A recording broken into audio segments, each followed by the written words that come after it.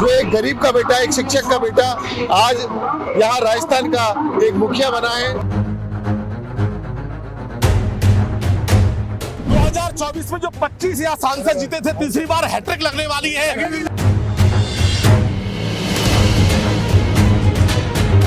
ये ऐसा कांग्रेस वगैरह ये परिवार की पार्टी, एक कार्यकर्ता जो पहली बार विधायक बने और पहली बार में सीएम बने हैं, ये हम सब भारतीय जनता पार्टी के कार्यकर्ताओं का मान और सम्मान किया है मोदी जी ने।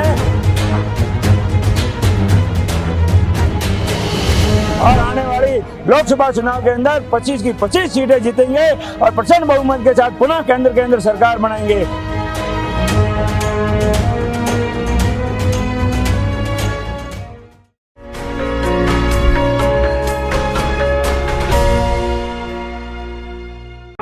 आप आज ये शपथ ग्रहण समारोह में आए हो, तो आप क्या उद्देश्य लेके आए हो?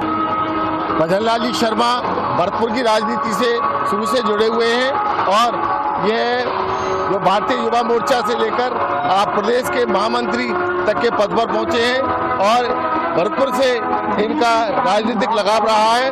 मैं भी इनको बचपन से ही जानता हूं और जो एक गरीब का बेटा, एक शिक्षक का बेटा आज यहाँ राजस्थान का एक मुखिया बना है, इसके लिए आदरणीय नरेंद्र मोदी जी और अमित शाह जी, राष्ट्रीय अध्यक्ष नड्डा जी तथा राजस्थान के और देश के तमाम वरिष्ठ कार्यकर्ताओं ने एक अच्छा निर्णय लिया है।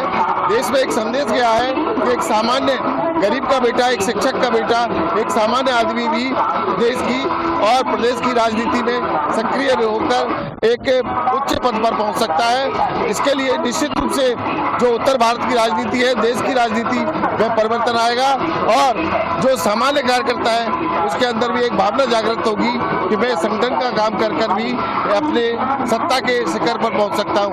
ये बहुत बड़ा, निश्चित रूप से बहुत बड़ा निर्णय रहा है और ब्राह्मण समाज की राजनीति में भी एक जो बहुत समय से एक रिक्तता थी, उस रिक्तता को इन्होंने पूर्ण किया है। आप सरकार से क्या उम्मीद करते हो कि शुरू के एक वर्ष में किन उद्देश्यों पे काम करना चाहिए? सरकार जो गरीब को उसका लाभ पहुंचे तथा देश की सबसे बड़ी जो आज समस्या है वो बेरोजगारी की समस्या है। आज युवा भटका हुआ है, युवा को एक सही रास्ता मिले। समय पर जो बीच में पेपर रीड का बहुत बड़ा एक मुद्दा था और एक गरीब का बेटा यहाँ आकर अपनी परीक्षा की तैयारी करता है, अपने अंदर सपने लेकर आता है, लेकिन जब परीक्षाओं में जब पेपर लीक होता है तो उसका सपना टूटता है। सपने के टूटने के साथ उसका भविष्य अंधकार में हो जाता है। इन सब पर रोक लगे, समय समय पर रिक्तियाँ निकलें और बिल्कुल पारदर्शिता के साथ परीक्षाएं हों और युवा को रोजगार मिले। इसके अलावा स्किल डेवलपमेंट का काम बहुत तेजी से बढ़े और रोजगार के लिए जो विदेशी निवेश है राजस्थान में, औद्योगिकरण बढ़े। निश्चित भरतपुर में भी आज जो रिक्तता है सबसे ज्यादा वो रोजगार की रिक्तता है, उन सबको दूर होना चाहिए। हमारी सरकार से ये मांग है कि एक सरकार ने 1987 में कांग्रेस सरकार ने मेवात बोर्ड बनाया था जिसका कोई औचित्य नहीं है। उस मेवात बोर्ड को भंग कर ब्रज क्षेत्र में ब्रज कल्याण बोर्ड की स्थापना हो, जिससे भगवान कृष्ण की जो जन्मभूमि है उसका संरक्षण संवर्धन हो और उसमें पर्यटन के रूप में भी उसका बढ़ावा मिले।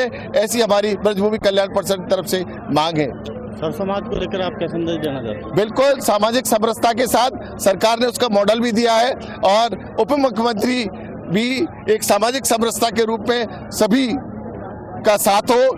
हमें 3600 कौमों का साथ लेकर चले, सबको न्याय मिले, सबको समय पर रोजगार मिले, समय पर सरकारी काम हो। जो एक ऐसा रिक्तता आ गई थी भ्रष्टाचार की, वो भ्रष्टाचार पर लगाम लगे, समय बंद होकर जो गरीब के काम है, किसान के काम है, उसको राहत मिले। ऐलान किया कि 2024 का जो शंखनाद है, 2024 में जो 25 या सांसद जीते थे, तीसरी बार हैट्रिक लगने वाली है। कार्यकर्ता को एक बड़ा सम्मान दिया है, उसके लिए भारतीय जनता पार्टी के ही अंदर ऐसा हो सकता है। ये ऐसा कांग्रेस वगैरह ये परिवार की पार्टी, एक कार्यकर्ता जो पहली बार विधायक बने और पहली बार में सीएम बने हैं, ये हम सब भारतीय जनता पार्टी के कार्यकर्ताओं का मान और सम्मान किया है मोदी जी ने। और आने वाली लोकसभा चुनाव के अंदर 25 की 25 सीटें जीतेंगे और प्रचंड बहुमत के साथ पुनः केंद्र के अंदर सरकार बनाएंगे। यही हम संकल्प लेके जाते हैं।